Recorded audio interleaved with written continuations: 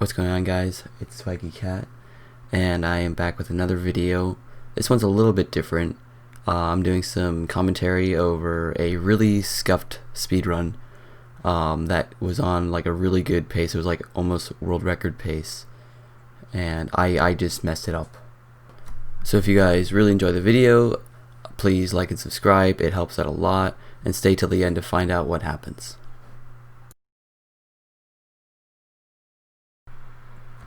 So right off the bat, you can see I create a new world, and just so you know, this is on a random seed, so I have no idea what this world is going to look like.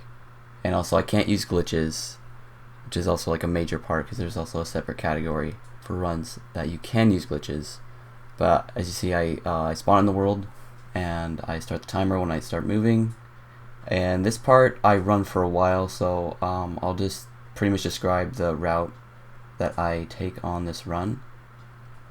So basically, you want to spawn next to a stronghold that usually, well, at least in Bedrock Edition, strongholds usually generate under villages. So that's what I'm really going for. It's not a very likely, and it's not very likely that you spawn near one. So I don't know, it's always like really cool when that does happen, because I can go through like, I don't know, hundreds of worlds and not find one. Sometimes, you know, I get I don't know, like a decent amount, like in a few runs I get like one or two of them. So that's, I don't know, it's just all pretty much RNG based. And you can see the village from here, so I decided to go there. I usually don't run for this long, but I decided to, for whatever reason. This run, I actually recorded this about a month ago. I don't know why. I just forgot to make content on this, I guess. I don't know. So after you go into the stronghold, you make a nether portal, and then you go to the nether, and then you go to the fortress, and you get blaze rods, and then you trade with piglins to get ender pearls, and then that's how you make your eye of enders. So yeah, and you see, once I get to the village, I get some wood, because you need wood to get like stone tools and everything, because you first need wood tools so you can mine some cobblestone. So I make a crafting table, I make a pickaxe, and then I start mining some cobblestone off the house. So yeah, and then I make a stone pickaxe, and then I get some basic stone tools, which are pretty useful for the run. And then I discard the wooden pickaxe because it's no longer needed. And then yeah, I set up my inventory. I kind of messed that up, but yeah. Then I get some extra wood because I need to light the portal using wood and lava.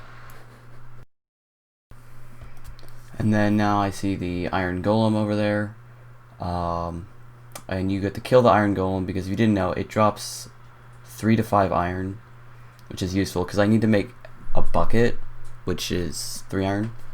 But if I get more, I'll make a shield or like a sword, depending on how much I get. And then I get some carrots here, which is not the best food source, but still a good food source. And then I get a hay bale. I get some extra hay bales just because they can make bread with them. But because I didn't have very many carrots, so I decided to make that. And then I forgot to make a shield here. I'm pretty sure I do it later in the run, but not very important. So yeah, I craft a bucket, and then I get my crafting table, get some water, and then this part is kind of scuffed right here. So I go to dig down, right, and then I realize I didn't have the beds, which is kind of funny. It's one of the parts of this run that makes it a really scuffed and just really bad run, even though I had pretty good RNG. Like, I guess just the terrain in general was just like good RNG, except for the far stronghold.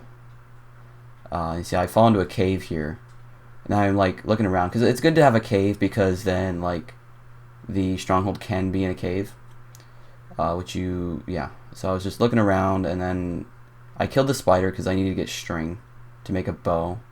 But then, as you can see, I look down the cave and I see a stronghold. And I remember what I was doing this run. I was like, It'd be so funny if there's actually one here, because this was not a good pace whatsoever. And you see, I got very lucky in finding the portal like really fast. This made up for the lost time of running, and of running to the village, of course, and kind of the mess ups that I had in the village. So then, as you can see, I make the portal using the water I got up at the surface and using the lava that's in the stronghold. It's a pretty efficient way to get to the nether while in the stronghold. And you see, I get really nervous when I get like a run like this going, especially on like the pace that I was on. So like, as you can see, like my movements are like really shaky, or like, I don't know, I take like big precautions, and like you can see, like my mouse is a little bit shaky at some points because I'm just really trying not to screw up, and I'm like really nervous. And you see right there, I accidentally placed my hay bale, which I was supposed to place a crafting table. So that's another like funny part, I guess. And this is where I make my shield, and then yeah, I started mining with the pickaxe. And then now we go into the nether, and the first part, as I said before, is you want to go to a fortress, which I have really bad luck at finding fortresses. But as you can see off in the distance over there, there's a fortress. So I got pretty lucky on that part. And actually, you don't see it in the run, but like directly behind me at this instant, there is a second fortress, which having two like in a close vicinity is like really rare. So it's actually pretty cool. I don't have footage of it. I don't have the seed of this world either. So yeah. And then so I stack up to get to the fortress. I thought this was a pretty easy way. And then there's some lava, and I almost screw up. I almost get like just roasted by the lava there. That would have been a really funny way to die. And then I finally make it up to the surface, and then I realize I need to kill some skellies because they can drop arrows. It's kind of hard to explain. So you need them for the dragon fight. It's a way to do it.